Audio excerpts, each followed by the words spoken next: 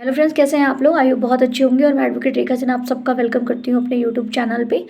और हम लोग जो पढ़ रहे हैं, हमारी जो सीरीज़ चल रही है वो उत्तराखंड एपीओ के पर्पज़ से चल रही है, जिसमें ऑलरेडी हम आईपीसी, सीआरपीसी और पुलिस एक्ट पे वीडियो अपलोड कर चुकी हूँ मैं।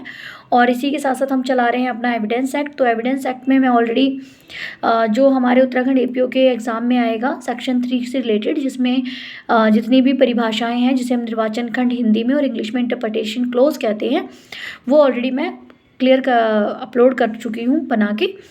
तो जिन लोगों ने नहीं देखा है वो प्रीवियस वीडियो देख लें मेरा, ठीक है।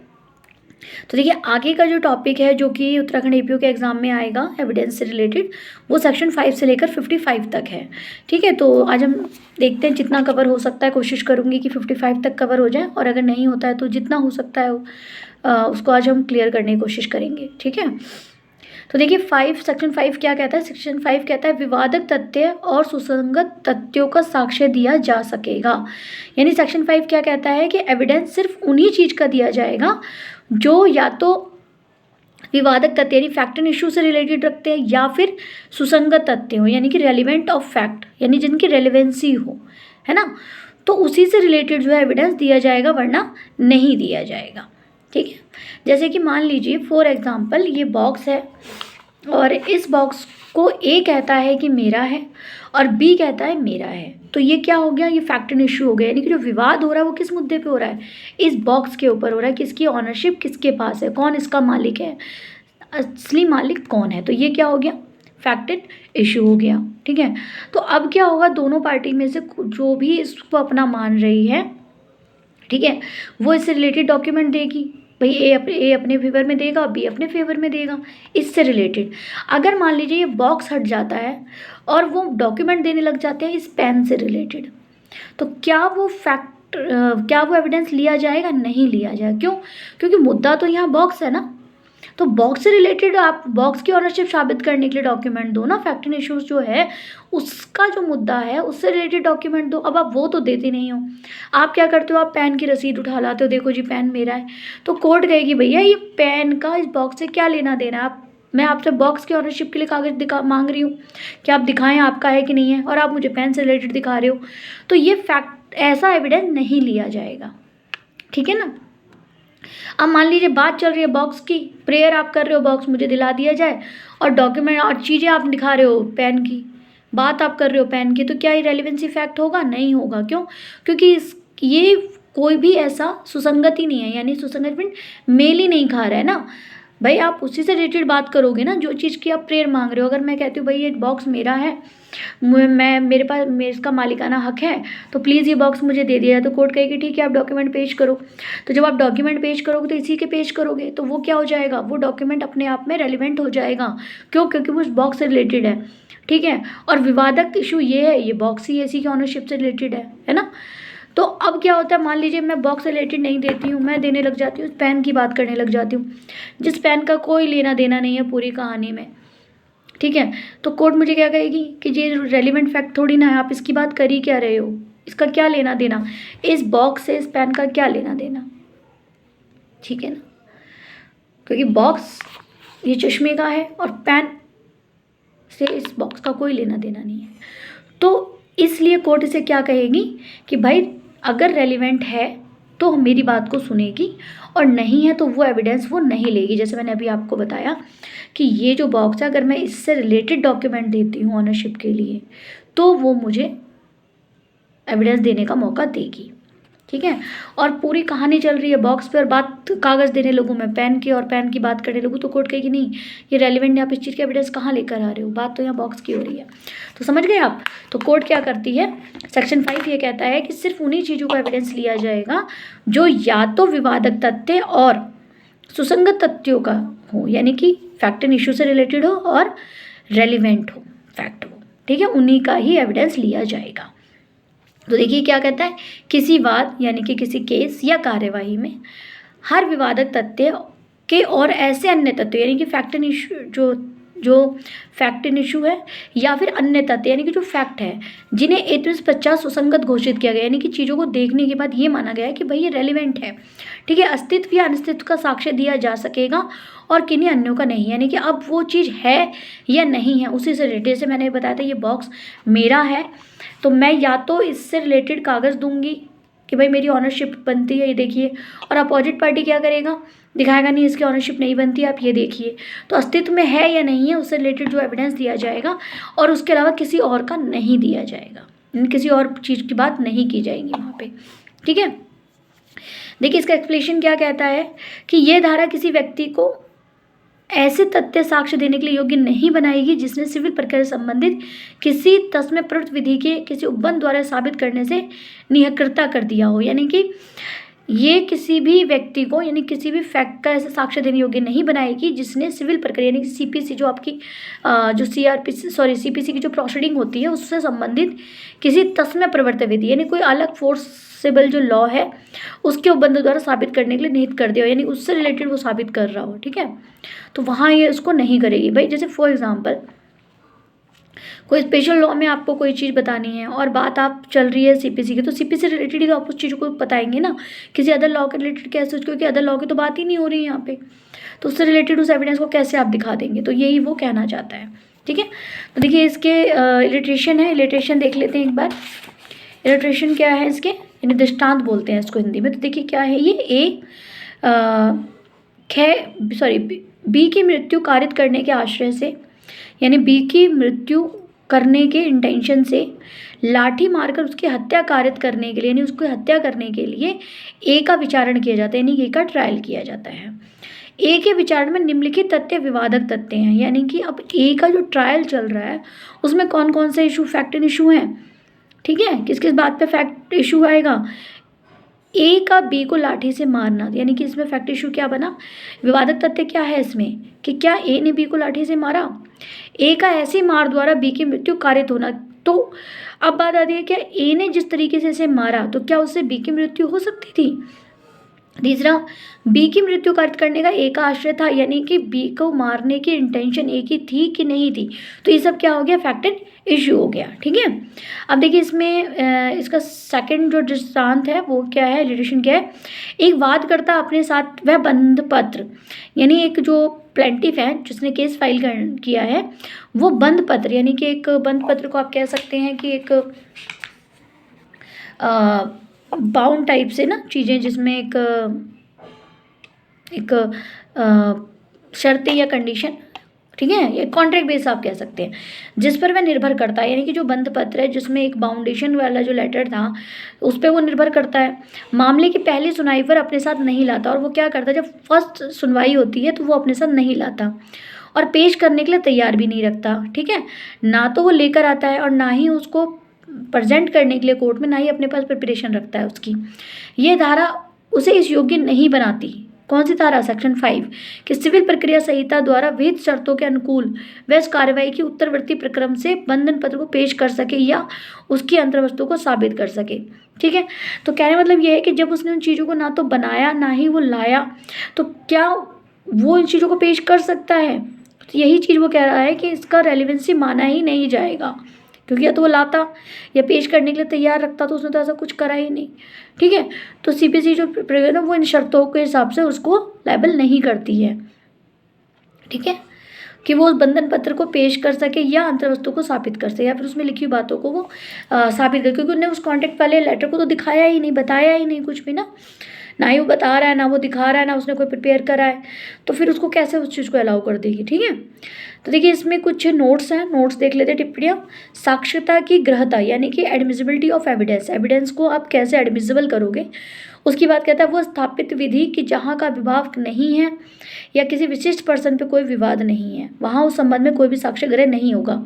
Pratap Rai N Kothari versus John Braganza 1990 case में सुप्रीम कोर्ट ने कहा कि जिसका कोई भी विवाद नहीं, यानी कि उसमें आपने प्लीडिंग में लिखा ही नहीं है, या किसी विशेष पर्सन पे कोई विवाद ही नहीं है, या फिर कोई स्पेशली कोई क्वेश्चन है जिस पे कोई इशू ही नहीं है, तो उससे रिलेटेड जो एविडेंस दिए जाएंगे उसको एडमिट नहीं किया जाएगा, ठीक है।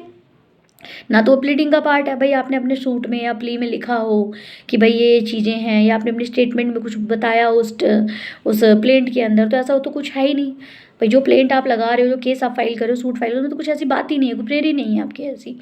और कोई विशेष पर्सन या कोई स्पेशल कोई विशिष्ट पर्सन या कोई कोई कोई स्पेशली कोई क्वेश्चन है जिस पे कोई विवाद ही नहीं करा आपने, तो वहाँ पर कोई भी जो संबंध है वो एडमिशन जो एविडेंस रिलेटेड होगा वो एडमिसिबल नहीं होगा। ठीक है, तो वही बात आ गई ना कि रेलिवेंट और फैक्ट इशू ही नहीं है, तो फिर उस बात को क्यों सुनेगी कोर्ट। तो किस केस में कहा गया, प्रताप राय एंड कोठारी वर्सेस जॉन बरगाजा 1999 में। ठीक है, अब आते हैं सेक्शन 6। सेक्शन 6 कहता है एक ही समव्यवहार के भाग होने वाले तथ्यों की सुसंगति। ठीक है, इसको देखिए रेस गेस्टा भी कहा जाता है। इसका मतलब है relevancy of fact performing part of same transaction, यानी कि जब एक ही ट्रांजेक्शन का कोई पार्ट है तो उसको क्या माना जाएगा, उसको रेलिवेंट माना जाएगा। ठीक है, जो तथ्य विवादक ना होते यानी फैक्ट एंड इशू नहीं है, वो किसी विवादक तथ्य से इस प्रकार सशक्त है। जैसे देखिए, अब एक चीज़ समझिएगा, ये बॉक्स था, ठीक है, मैंने बोला ये बॉक्स मेरा है, दैट्स इट, सामने वाले ने कोई ऑब्जेक्शन नहीं उठाया, तो ये कोई विवादक तथ्य नहीं हुआ, फैक्ट एंड इशू नहीं हुआ। लेकिन इससे रिलेटेड एक पर्ची है मेरे पास बिलिंग की, ठीक है, तो वो जो है इससे अगर मान लीजिए इस बॉक्स से रिलेटेड फैक्ट, ये बॉक्स मेरा, ये तो चीज़ क्लियर हो गई, लेकिन क्या ये बॉक्स मैंने खरीदा है, इस टाइप का कोई तथ्य आज विवादक फैक्ट आ जाता है, तो उससे रिलेटेड वो स्लिप है ना, वो स्लिप उससे रिलेटेड है, तो क्या हुआ, ये एक दूसरे से कनेक्ट हो गया, यानी क्लियर हो गया कि भाई मैंने पर्ची ली, पर्ची से मेरे पास ये पर्ची है क्योंकि ये पर्ची मैंने फलाना दुकान से कटवाई थी और वहाँ से ये चीज़ मैंने खरीदी थी। तो ये क्या हुआ, एक ही पार्ट ऑफ ट्रांजेक्शन हो, यानी एक ही ट्रांजेक्शन के ये पार्ट हो गए, एक दूसरे से जुड़े हुए हो गए। ठीक है ना, तो वही बात ये कह रहा है, जो तथ्य विवादक ना होते हुए भी किसी विवादक तथ्य से उस प्रकार सशक्त हो, यानी कि ये तो माना कि ये बॉक्स मेरा, लेकिन अब मान लीजिए इसके अंदर की चीज़ मेरी नहीं मानी जा रही है, तो भाई सबसे पहले मैं क्या दिखाऊंगी कि भाई मैंने फलानी जगह से चीज़ खरीदी, ये देखो पर्ची, ये पर्ची है, तो उसमें ये बॉक्स का पूरा डिटेल है, डिटेल में ये भी बताया जाएगा कि भाई अंदर ये जो चीज़ है वो इनकी है। तो ये बात क्लियर है कि बॉक्स तो मेरा है, लेकिन अंदर वाली चीज़, जैसे इसमें पेन या चश्मा कोई भी चीज़ है, तो उसके लिए आता है बात कि भाई ये आपका नहीं है, तो वो जो मेरा जो उससे परचेस करना, दुकान से लेना, खरीदना, वो सब क्या हुआ, वो इस डब्बे से कहीं ना कहीं कनेक्टेड हो गया, सामान से कनेक्टेड हो गया। तो यही बात इसमें कही है, जो तथ्य विवादक ना होते हुए भी, यानी वो फैक्ट एंड इशू नहीं है, लेकिन कहीं ना कहीं वो फैक्ट एंड इशू से इस तरह से जुड़ गए, जैसे कि बॉक्स मेरा है लेकिन इसके अंदर का रखा हुआ सामान पे विवाद है कि ये सामान मैंने खरीदा है कि नहीं खरीदा है, तो जो स्लिप है वो सब क्या हुआ, वो सब इसका पार्ट हो गया। ठीक है, इस तरह से कनेक्टेड हो गया ये। तो यही बात ये कह रहा है कि जो अब वो पर्ची जो वो रेलिवेंट हो गई ना, ये बॉक्स से क्योंकि दूसरे के पार्ट बन गए तो रेलिवेंट हो गई वो पर्ची। तो वही बात ये कह रहा है कि जो तथ्य विवादक ना होते हुए भी किसी विवादक तथ्य से उस प्रकार जुड़े हों कि एक ही समव्यवहार का भाग हो, यानी एक ही चीज़ का पार्ट है, पर्ची, परचेज बॉक्स, बॉक्स के अंदर वो सामान जिसमें फैक्ट एंड इशू विवाद चल रहा है कि भाई ये मेरा है या नहीं है, लेकिन आप ये तो मान रहे हो कि बॉक्स मेरा है ना, इस पर कोई विवाद नहीं है, लेकिन अंदर जो सामान रखा है उस पर विवाद है। ठीक है, तो ये दोनों क्या हो गए, एक दूसरे से कनेक्टेड हो गए, यानी कि अब मुझे क्या प्रूफ करना पड़ेगा, मुझे प्रूफ करना पड़ेगा कि ये बॉक्स जो है मैंने कहाँ से लिया, और जब इस बॉक्स को लिया तो क्या इसके अंदर जो सामान है वो इसी के साथ आया था कि नहीं आया था, मेरा है या नहीं है। तो एक दूसरे से क्या हुआ, कनेक्टेड हो गए, तो क्या हुआ, रेलिवेंट होगा। यानी अब मैं अगर ये भी कहती हूँ कि जी मैंने ये सामान फलानी दुकान से खरीदा था और उन्होंने मुझे बॉक्स में ये चीज़ डाल के दी थी, तो वो क्या होगा, सब रेलिवेंसी, वो फैक्टर, वो उस कनेक्टेड हो गए एक दूसरे से, एक कड़ी सी बन गई ना। तो वही ने कहा कि वो क्या होगा, वो रेलिवेंट होगा, चाहे वह उस समय और स्थान पर विभिन्न समय और स्थान पर घटित हो, चाहे वो उस टाइम हुई हो या नहीं हुई हो, विभिन्न समय और स्थान, या भले ही वो अलग अलग टाइम पे घटी हो। भाई मान लीजिए ये चीज़ मैंने खरीदी, तो मैंने आज तो नहीं खरीदी मैंने 1 महीने पहले, 10 दिन पहले, तो समय अलग हो गया, जगह भी कहीं और से खरीदा है ना, तो भले ही मैंने कहीं से भी खरीदा हो, कुछ भी हो, लेकिन वो एक दूसरे का पार्ट माना जाएगा।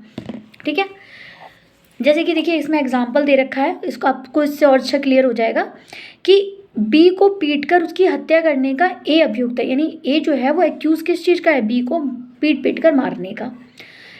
ए या बी या पास खड़े लोगों द्वारा जो कुछ भी पिटाई के समय उसने इतने अल्पकाल पूर्व या पश्चात कहा, या तो उसने पहले बोला या उसके बाद कहा गया, वो उसी समव्यवहार का भाग बन गया। तो वो क्या हुआ? सुसंगत तथ्य हो गया, रेलिवेंट फैक्ट हो गया। ठीक है, जैसे मान लीजिए जब ए ने बी को पीटा, और तो ए या बी के पास जितने लोग खड़े, यानी कि जब ए बी को मार रहा था तो वहाँ जितने लोग खड़े थे उनमें से अगर किसी ने कहा अरे ये तो उसे बहुत मारा, अरे ये तो फलानी जगह रहता है, अरे ये तो ऐसा है, अरे ये तो फलाने का लड़का है, ये ऐसी चीज़ें हैं, तो वो सब क्या हो गए? वो फैक्ट एंड इशू, वो सब से रिलेटेड हो गए, वो जो ट्रांजेक्शन का ही पार्ट हो गया वो। ठीक है, तो वो सब क्या होगा? रेलिवेंट हो जाएंगे। कह रहे यार तो बहुत मार रहा है इसको, अरे ने तो डंडा उठा लिया, डंडे से इसको सर पे मारा। तो जो लोग वहाँ पे ये चीज़ बोल रहे हैं उनकी कही हुई स्टेटमेंट क्या हो गई? उसी ट्रांजेक्शन का पार्ट हो गई, क्योंकि वो जो पीट पीट कर उसकी हत्या, उसी से रिलेटेड ही वो लोग बातें कर रहे थे। ठीक है, तो ये माना गया कि वो सारे फैक्ट जो होंगे वो रेलिवेंट होंगे। ठीक है, ऐसे ही देखिए, ए एक सशस्त्र विप्लव भाग लेकर, ठीक है, हथियार के साथ, जो मतलब एक रैली टाइप से भाग लेकर, जिसमें संपत्ति नष्ट की जाती है, यानी एक उसमें क्या बोलते हैं उसको, एक ग्रुप में भाग लेता है, एक दंगे टाइप के ग्रुप में, और जिसमें संपत्ति नष्ट की जाती है, तो वो क्या करता है? वो लोग क्या करते हैं? संपत्ति को नष्ट कर देते हैं। फौजों पे आक्रमण किया था, उनका काम क्या होता है? फौजों पे आक्रमण करने का। जेल तोड़कर खोली जाती है ना।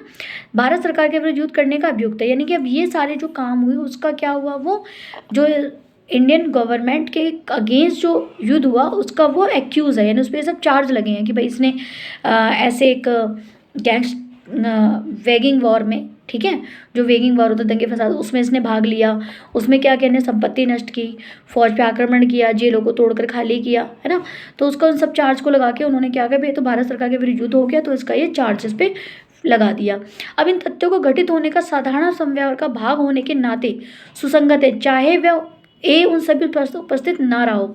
यानी कि मान लीजिए 10 लोगों का एक ग्रुप था, और उन 10 लोगों का ग्रुप जो था वो दंगे फैलाता है। ठीक है, अब उस दंगों में ये जो ए है ये भी शामिल है, लेकिन होता क्या है, उस दंगों का जो ये जो है उसको लीडर मान लेते हैं कि लीडर है, तो ये इसके थ्रू ही सारे काम हो रहे हैं। ठीक है, ये इसमें शामिल अब हो या ना हो, लेकिन ये सब इसके थ्रू ही किया जा रहा है। जैसे होता ना कि भाई आपने कई बार फिल्मों में देखा होगा कि दूसरे को कॉन्टैक्ट दे देते हैं कि भाई जा तू मारिया या तू ये चीज़ करिया, तो वो भले उस जगह पे नहीं है, लेकिन सारी चीज़ें हो तो उसी के द्वारा रही है ना। ठीक है, तो वो सब क्या हो जाएगा? अब इस तरीके से, जैसे वो क्या हो गया? वो रेलिवेंट फैक्ट हो गया, वो एक दूसरे से वो रिलेटेड हो गए। ठीक है, चाहे वो वहाँ पे था या नहीं था। जैसे मैंने अभी आपको बताया कि फिल्म में देखा होगा आपने कि भाई वो किसी को मारने की सुपारी देते हैं, भाई इसको मारिया या फलानी जगह बम ब्लास्ट करिया। तो जो बम ब्लास्ट होता है तो उसमें क्या हुआ, जब बातें खुल के आई तो पता चला भाई ये तो ए ने सारे काम करवाए हैं। फिर जब देखा जाता है सिटी फुटेज तो ए उस जगह पे होता ही नहीं है, लेकिन इसको माना जाएगा, रेलिवेंट माना जाएगा, क्योंकि ये तो काम ए नहीं कराया ना। तो ये पार्ट जो होगा, ये फैक्ट जो होगा वो रेलिवेंट होगा और एक दूसरे से जुड़ा हुआ होगा, क्योंकि अगर ए नहीं कराता तो शायद ये दंगे होते ही नहीं, लेकिन उसने कराया, तो इसलिए ये कड़ी कहाँ से जुड़ी? ए से जुड़ी, तो इसलिए एक दूसरे का ये पार्ट हो गया। ठीक है, तो ये कौन सा होगा? रेलिवेंट हो गया। अब आता है सी।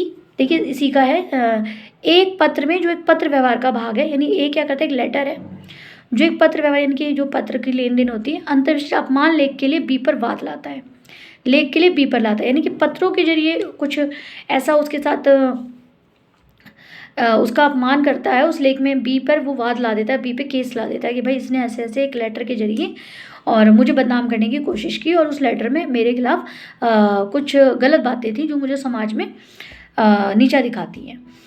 जिस विषय में मान लें उद्भिद हुआ, यानी कि जिस वर्ड को लेके या जिस सब्जेक्ट को लेकर चीज़ें उसमें लिखी गई, उसमें संबंध रखने वाले पक्षकारों के बीच जितनी चिट्ठियाँ उस पत्र व्यवहार का भाग थी, यानी कि जितने लोगों को उसने वो चीज़ें भेजी, वो सभी क्या हो गई?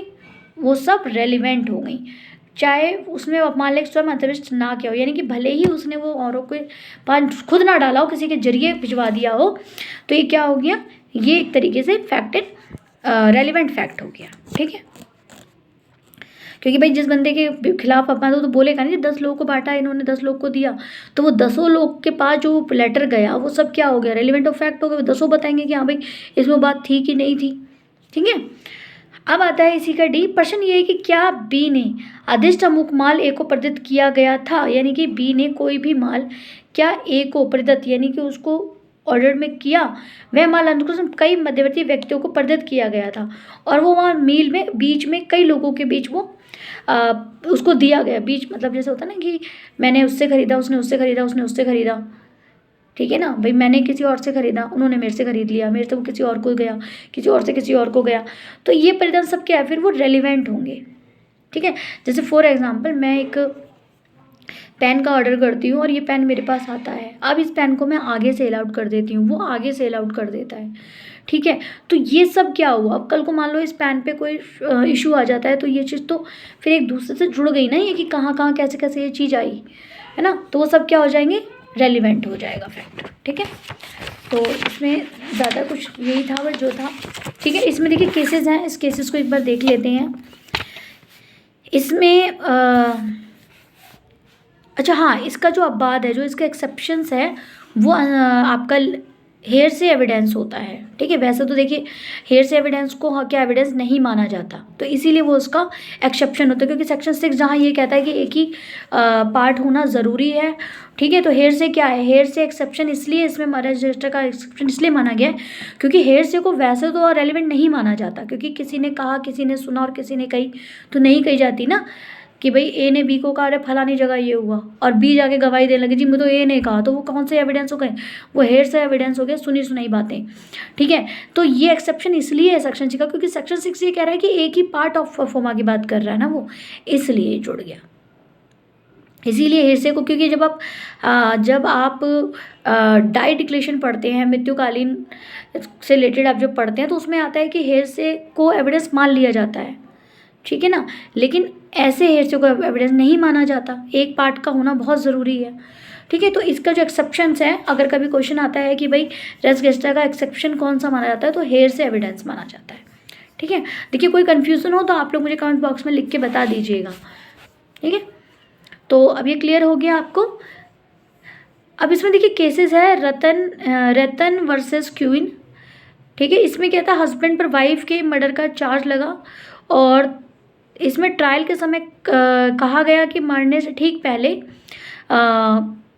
उसने कॉल ऑपरेटर को कॉल किया और वो हेल्प के लिए भागी, तो जब तक पुलिस आई तब तक वो मर चुकी, मतलब उसने पुलिस को कॉल किया हेल्प के लिए और जैसे ही पुलिस ने फ़ोन उठाया वो कुछ बोली और फ़ोन कनेक्शन कट गया, जाने पे वो वाइफ मरी पाई जाती है। तो ये क्या है, ये हेयर से रिलेटेड ही चीज़ हो गई है ना, क्योंकि उन्होंने चीज़ सुनी और वो वहाँ गए। ठीक है, तो वहाँ के जो सर्कमडांसेस थे वो सर्कमडांसेस शो कर रहे थे कि हाँ भाई इस लड़की के साथ कुछ हुआ है। ठीक है, तो ये सब क्या हुआ, रेस गेस्टा का सिद्धांत ही इस पे लागू होता है, क्योंकि एक दूसरे से जुड़ा हुआ है। वाइफ को मारते हुए नहीं देखा, लेकिन जिस तरह के सर्कमडांसेस कंडीशन दिखी उस तरीके से ये माना गया कि भाई ये हस्बैंड को लेकर कुछ बात कह रही थी तो शायद इसी ने मारा हो। ठीक है, उसके अलावा देखिए इसमें एक है आर वर्सेस फॉस्टर का केस। कार एक्सीडेंट में हुई मृत्यु को एक व्यक्ति को देखता है और उस व्यक्ति से पूछता है कि क्या कार उसने देखी, तो एक्सीडेंट होते हुए उसने नहीं देखा होता, लेकिन जिस तरीके इंजर्ड व्यक्ति ने जो उसको बताया, ठीक है ना, तो वो चीज़ बताता है कि भाई मरे हुए व्यक्ति, तो मैंने आपसे बोला ना कि वहाँ पे हेयर से जो एविडेंस होता है वो रेलिवेंट हो जाता है। ठीक है, तो आई होप आपको ये क्लियर हो गया होगा। तो रेस गेस्टा का सिद्धांत सीधी सी बात कहता है कि एक ही समव्यवहार के भाग होने तथ्यों को स्वतंत्र, यानी कि एक ही पार्ट ऑफ ट्रांजेक्शन से वो जुड़ा हुआ है अगर एक पार्ट, तो वो क्या हो जाएगा, वो रेलिवेंट हो जाएगा। ठीक है, देखिए केसेस बताने की वजह से थोड़ा सा ये लंबा हो जाता है। एक केसेस है वसा चंद्रशेखर राय एंड अनदर वर्सेस पुत्रा सत्यनारायण एंड अनदर। तो देखिए सन 2000 का है। इसमें अभियोजन साक्षी दूसरे अभियोजन साक्षी से दूरभाष पे ये कथन करता है, यानी कि टेलीफोन पे जो विक्टिम है विटनेस, वो दूसरे विक्टिम से फ़ोन पे बात करती है कि उसके पुत्र ने मृतक को मार दिया, यानी कि वो बोलता है कि भाई आपका जो है उसके पुत्र ने मृतक को मार दिया, यानी जो मर गया है उसे उसके पुत्र ने मारा है। धारा 6 के अधीन साक्ष्य माना जाएगा, लेकिन ये कथन करने वाला साक्ष्य अभियोजन के दौरान अभियोजन से समर्थन नहीं करता तो दूरभाष पे किए गए कथन को केवल श्रुत साक्ष्य माना जाएगा। यानी कि इन दोनों का आपसी कोई समर्थन नहीं, एक दूसरे को लेकर कुछ चीज़ों का ताल्लुक नहीं है, एक दूसरे से वो एक चीज राय नहीं रख रहे हैं, तो इसलिए बोला गया कि भाई टेलीफोन पे की गई बात को केवल क्या माना जाएगा, श्रुत साक्ष्य यानी कि हेर से माना जाएगा। ठीक है।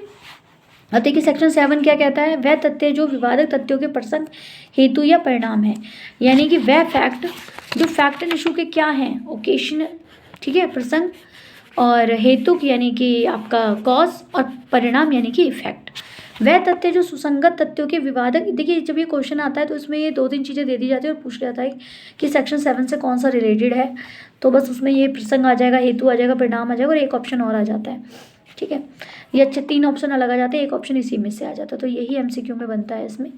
तो देखिए आता है कि जो सुसंगत तथ्यों या विवादक तथ्यों के विविध या अन्यथा प्रसंग हेतु या परिणाम है या उस वस्तु स्थिति को गठित करते हैं जिसके अंतर्गत गठित हुए हैं, जैसे गठन का समव्यवहार अवसर दिया, यानी कि कहने मतलब यह है कि वो भी रेलिवेंट माने जाएंगे जो इस तरह की घटनाओं में, ठीक है, उनके किसी भी कार्य को होने से ये चीज़ें निकल कर आती हैं। भैया तो कारण होता है उसका, या उसका इफेक्ट आता है, ठीक है, या उसका ओकेजन ऐसा अवसर देता है।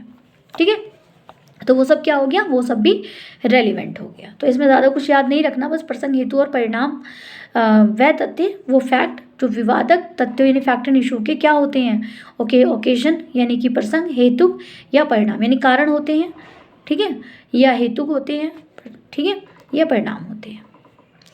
तो आई होप, और अच्छा इसमें इरिटेशन है वो देख लेते हैं।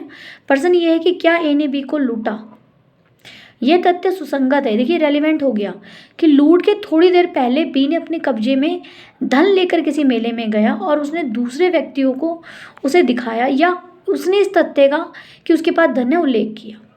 ठीक है, तो क्या हुआ, इसने क्या दिया, इसने अवसर दिया, है ना, अवसर ही तो हुआ भाई, उसने वो अवसर ही तो दिया पहले उसने। और कारण क्या निकला, भाई मेले में गया, उसने लोगों को बताया, उसी कारण से उसका पैसा चोरी हो गया, तो ये क्या हो गया, रेलिवेंट हो गया। ठीक है, दूसरा है कि प्रश्न ये है कि क्या ए ने बी की हत्या की, तो अब इसमें क्या है, उस स्थान पे जहाँ हत्या की गई वहाँ समीप भूमि पे गुत्थम गुत्था से बने चिन्ह सुसंगत तथ्य, यानी कि अब जो वहाँ प्लेस था, वहाँ पे जहाँ लड़ाई हुई, तो वहाँ पे आपको देखा होगा कि एविडेंस इन्वेस्टिगेशन जो होता है, और वहाँ पे जब वो फॉरेंसिक वाले जब आते हैं, वहाँ से जब चीज़ों को उठाते हैं, एविडेंस कलेक्ट करते हैं, तो वहीं पर कई बार देखते हैं गुत्थम गुत्था के निशान हैं, या कुछ बाल टूटे पड़े हैं, या बटन टूटा पड़ा, कई सारी चीज़ें ऐसे देखते हैं कि भाई यहाँ लड़ाई झगड़ा हुआ, तो यहाँ क्या क्या एविडेंस के तौर पर वहाँ से लेते हैं। तो वहाँ पर क्या हुआ, गुत्थम गुत्था के चिन्ह बने हुए थे, यानी जो मारपीट हुई उसके निशान बने, तो वो क्या हुआ, रेलिवेंट माना गया। ठीक है, उसके बाद आता है प्रश्न ये है कि क्या ए ने बी को विष दिया, यानी क्या ए ने बी को जहर दिया, तो विष से कहे उत्पन्न कहे जाए लक्षणों को पूर्व बी की स्वास्थ्य दशा और ए का ज्ञात बी की वे आदतें जिसमें विष देने का अवसर मिला सुसंगत तथ्य, यानी कि विष में उत्पन्न कहे जाए लक्षण, यानी कि पूर्व बी के स्वास्थ्य की दशा, यानी कि जो बी की हेल्थ कंडीशन थी पहले वाली, और ए को ये ज्ञात था, यानी ए को पता था कि बी की वे आदतें जिसमें विष देने का अवसर मिला, यानी कि उसे पता था कि ये चीज़, जैसे फॉर एग्जांपल एक किसी को पता है कि भाई ये बंदा दूध पिएगा, ठीक है, तो ए को पता है कि बी दूध पिएगा, तो वो क्या करता है, उसमें जहर मिला देता है, तो ये क्या हो गया, ये एक तरीके से क्या निकल गया, ये अवसर ही तो आया। भाई वो बंदा अगर दूध ही नहीं पीता तो किस में जहर मिला था, लेकिन वो पीता था, ठीक है, उसको मौका मिल गया, ए को मौका मिल गया उसमें जहर मिलाने का।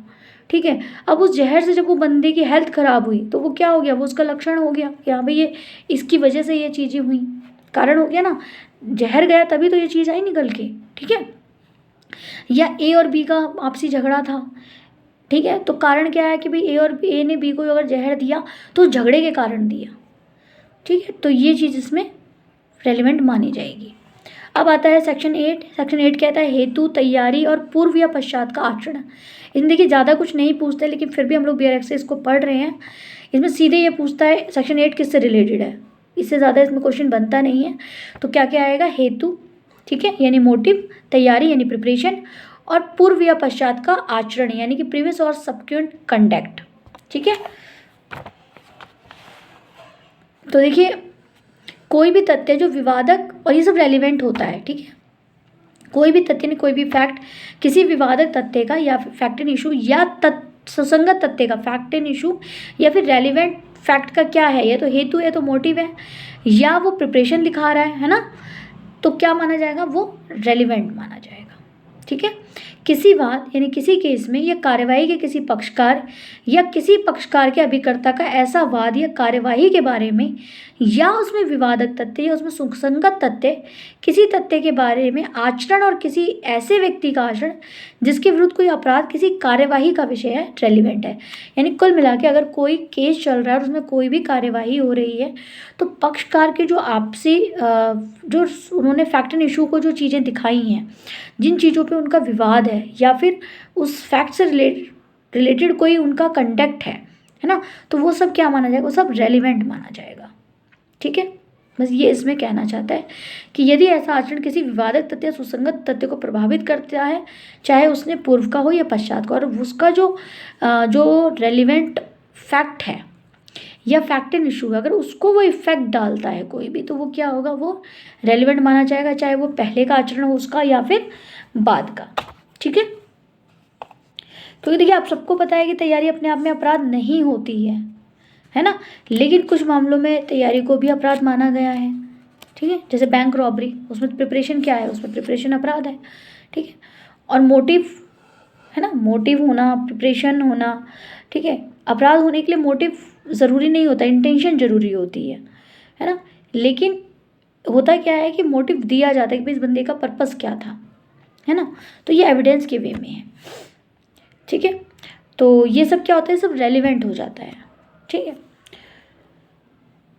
और अब इसमें देखिए एक स्पष्टीकरण एक्सप्लेनेशन है कि इस धारा में आचरण यानी कंडक्ट जो है शब्द के अंतर्गत कथन नहीं आते जब तक कि वे कथन उन कार्यों से भिन्न कार्यों के साथ साथ या उन्हें स्पष्ट करने वाले ना हो। यानी कि कंडक्ट से रिलेटेड आप वही कहोगे जो कार्यों से उसके कार्य जो एक्ट कर रहा है उससे रिलेटेड हो, है ना, और अगर वो इससे रिलेटेड नहीं है या उसको स्पष्ट नहीं कर रहा तो वो फिर कंडक्ट क्लियर नहीं माना जाएगा। किंतु इस अधिनियम में किसी अन्य धारा के अधीन कथनों की सुसंगति पर स्पष्टीकरण प्रभाव नहीं पड़ेगा। ठीक है, यानी जो उसकी रेलेवेंसी है उससे उसका कोई भी रिलेशन इफेक्ट नहीं, प्रभाव नहीं पड़ेगा इस स्पष्टीकरण का। कौन से का, आचरण का, वो कहना चाहता है वो अन्य धारा यानी इस अधिनियम में जो बाकी धाराएं हैं उससे रिलेटेड। ठीक है, दूसरा स्पष्टीकरण देखते हैं, जब किसी व्यक्ति का आचरण सुसंगत यानी कि जब किसी व्यक्ति का जो कंडक्ट है वो रेलिवेंट है तब उससे या उसकी उपस्थिति और श्रवण गोचरता में किया गया कोई भी कथन जो आचरण प्रभाव डालता है सुसंगत है। यानी कि सुनी सुनाई बातें या उसके द्वारा किया गया कोई भी, चाहे उसकी उपस्थिति में हो, और वो सारे जो कथन है, वो सारे स्टेटमेंट जो कैसे होंगे, वो रेलिवेंट हो जाते हैं। ठीक है, बस ये कहना चाहता है। और इसमें अगर याद रखने वाली बात है तो इसमें याद रखने वाली बात सिर्फ ये है कि हेतु, तैयारी और पूर्व या पश्चात का आचरण यानी कि मोटिव, प्रिपरेशन और कंडक्ट उसका सबक्यूट और प्रीवियस क्या है, रेलिवेंट है। दैट्स इट, सक्सेसनेट इससे रिलेटेड है, ज़्यादा अंदर से इसमें नहीं पूछा जाता है। हाँ, इसका स्पष्टीकरण, इसके रिलेटेशन देख लेते हैं, ये आ जाते हैं। बी की हत्या के लिए ए का विचारण कहते हैं, ट्रायल किया जाता है। यह तथ्य कि ए ने सी की हत्या की, बी जानता था कि ए ने सी की हत्या की है और बी ने अपनी इस जानकारी को लोक विदित करने की धमकी देकर, यानी कि वो लोगों को बता देगा, ये धमकी देकर ए से धन उदापित करते हैं, यानी कि धन उससे वसूलने का प्रयत्न किया गया है। तो क्या हो गया, ये रेलिवेंट हो गया। ठीक है, उसके बाद देखिए उद्देश्य उसका क्या था, उद्देश्य तो ये हुआ ना, उसे पैसा लूटना। ठीक है, उसके बाद देखिए दूसरा देखते हैं, बी क्या कहता है, ए बंधन पत्र के आधार पर रुपए के संदाय के लिए, कॉन्ट्रैक्ट के आधार पर बी पर वाद लाता है, यानी कि एक लिखित, एक जिसको आप प्रोमरी नोट्स बोल सकते हैं कि एक लिखित में एक लेटर है जिसपे उसके आधार पर वो कोर्ट में केस लाता है कि भाई बी ने मेरे से पैसे लिए हैं। बी इसका प्रत्याख्यान करता है, और बी क्या करता है, बी इसका विरोध करता है, वो कहता है मैंने पैसे नहीं लिए कि उस बंधन पत्र में लिखा है।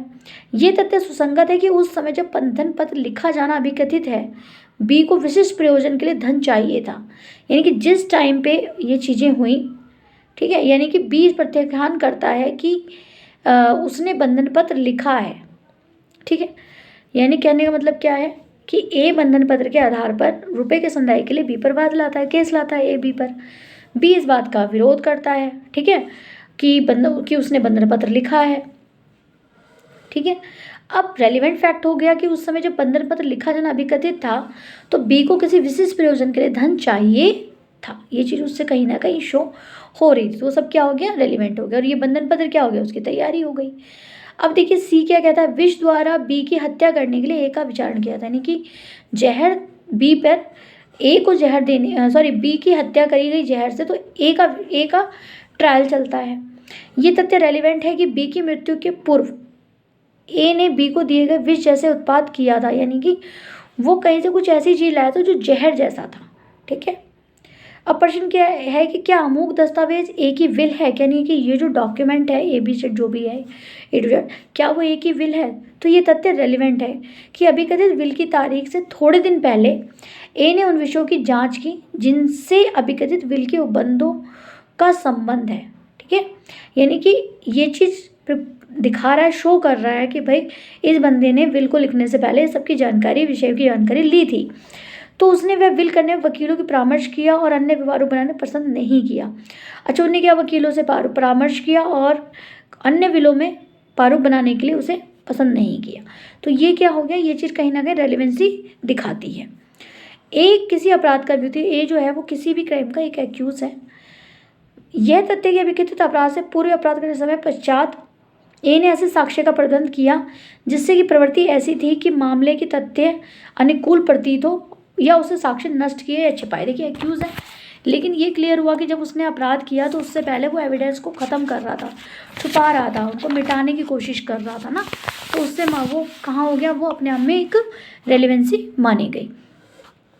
तो क्या उन व्यक्तियों की जो साक्षी हो सकते हैं निवारित अनुपस्थिति उत्पाद और लोगों के संबंध में मिश्रित साक्ष्य देने के लिए सुसंगत है, यानी कि वो सब क्या हो गया, वो रेलिवेंट हो गई वो सारी चीज़ें।